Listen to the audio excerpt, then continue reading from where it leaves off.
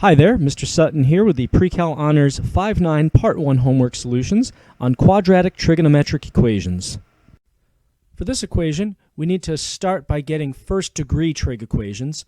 So let's start by isolating cosecant squared of theta.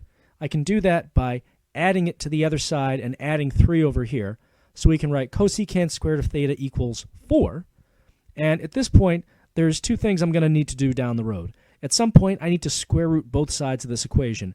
I also need to take a reciprocal so that I don't have cosecant anymore, because there is no inverse cosecant button on the calculator or anywhere else. I'm going to do the reciprocal first, just so I don't have to do 2 reciprocals. So I'm going to rewrite this as sine squared of theta equals 1 over 4. All right. Now I'm going to go ahead and square root both sides. So we can write sine of theta equals the square root of 1/4, which is 1/2, so positive that, and also sine of theta equals negative 1/2. So now let's do inverse. Well, actually, let's figure out what quadrants we're in. Since sine is the y values, and that's positive over here with this positive 1/2, that means we're above the x-axis in quadrants 1 and 2. So inverse sine of 1/2, you could use the calculator, or you might remember that the sine of 30 degrees is 1/2. So 30 is going to be a reference angle right off the bat. We're looking for answers in quadrants 1 and 2. Well, we already have quadrant 1, that's 30. For quadrant 2, we're going to use our reference angle of 30 and subtract that from 180. So that's going to be 150 degrees. All right, let's come over to this branch now. So if sine is negative, that means that we're below the x-axis in quadrants 3 and 4. Doing inverse sine of negative 1/2, that ends up being negative 30 degrees, or you can do it on the calculator. Reference angle on that is going to be 30 degrees because we're 30 away from the x-axis at negative 30 degrees. And in quadrant 3, to get that, we need to do 180 plus our reference angle of 30. That comes out to 210 degrees. For quadrant 4, we do 360 minus the reference angle 30, giving us 330 degrees. For this quadratic trig equation, we see that we have a quadratic, a linear term, and a constant, all zeroed out. So this would be a good candidate for trying to factor this. So just thinking about this as being like 6x squared minus 7x plus 2, we need to figure out how to break this up. So there's different ways of getting the 6x squared. We could do x and 6x, or we could do 2x and 3x. I'm thinking let's try 2x and 3x. To get 2, there's only a couple ways to get that. You have to do 1 times 2. So we're trying different combinations of things that give us 6 for this term and 2 for this term, and somehow when we FOIL all of this out, it has to add up to negative 7.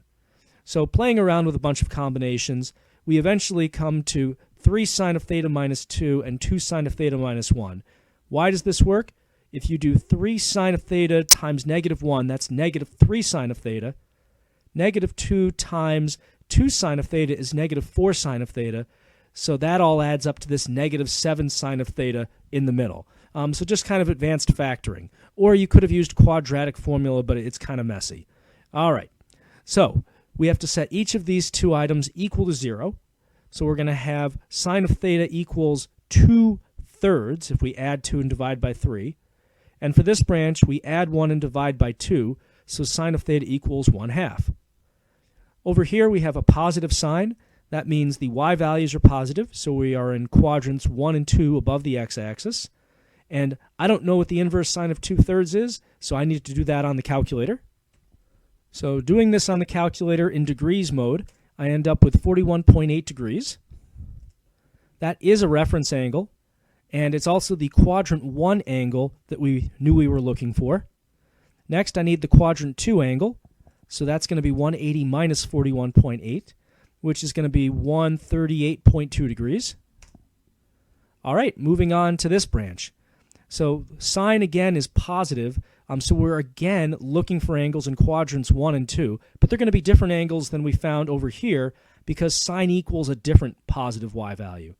So let's go ahead now and take the inverse sine of 1/2. Now you could use the calculator. I happen to know that the sine of 30 degrees is 1/2, so inverse sine of 1/2 is 30. That's a reference angle. It's also the quadrant 1 angle that we were looking for. For quadrant 2, just like over on this other side, we're going to do 180 minus our reference angle of 30, which gives us 150 degrees.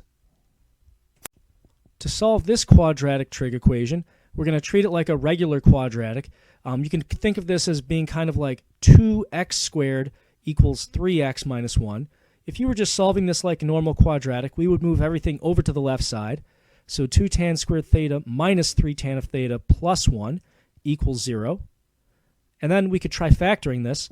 Now there's only two things that can multiply to give us 2 tan squared of theta. We need a 2 tan of theta and a 1 tan of theta. And to get 1, these have to both be 1s for the constants inside. So then we can factor this into 2 tan of theta minus 1 and 2 tan of theta minus 1 again. We had a choice between positive and negative 1s, but since everything has to add up to this negative middle term here, these both have to be negative 1s. All right, let's set each of these branches equal to 0 and solve. So for the first one, adding 1 and dividing by 2, I have tan of theta equals 1/2. And for this other branch, we can say tan of theta equals positive 1. Let's do this first branch. So this is a positive value for tan. So we're going to be in quadrants 1 and 3, where the slope of the angle is positive. Let's go ahead and do tan inverse of 1/2 on the calculator.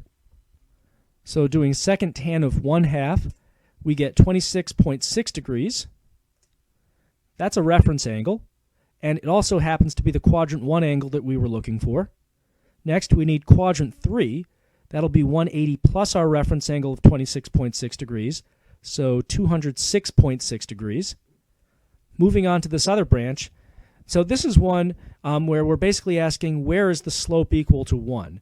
Now, I happen to know, so by the way, let's figure out what quadrants we're in. This is a positive tan, so just like over here, we're in quadrants 1 and 3.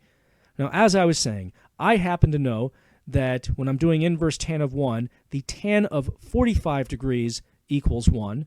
So I just kind of know this one off the top of my head is going to be 45 degrees, but you could have used the calculator. And then that's actually a reference angle. It's the quadrant 1 angle we were looking for. For quadrant 3, just like before, with this branch, we're going to do 180 plus our reference angle of 45 to give us 225 degrees. For this problem, I need to try to figure out angles between 0 and 360 that satisfy this trigonometric equation. I'm going to start by dividing both sides by 3 so I can at least isolate that squared trig function. And now I'm just going to square root both sides of my equation. I'm going to get a plus or minus when I do that. So I'm going to have tan of theta equals positive radical 1/3. I'm not going to bother simplifying the radical because I'm just going to be doing this on the calculator anyway. And I'm also going to get a branch with tan of theta equals negative radical 1/3. Now over here I see that this tan branch is positive, so I'm going to be looking for answers for this branch in quadrants 1 and 3 where the slope of the angle is positive. Let me do inverse tan of radical 1/3 on my calculator now. So here we go, second tan square root 1 divided by 3. It's a lot easier on the newer calculators that have all this formatting. And that comes out to 30 degrees. Now this happens to be a reference angle right off the bat, which is nice. It's also the quadrant 1 angle that we were hoping to find. For quadrant 3 now, we just have to do this reference angle plus 180, which gives us 210 degrees. Great, let's do this branch now.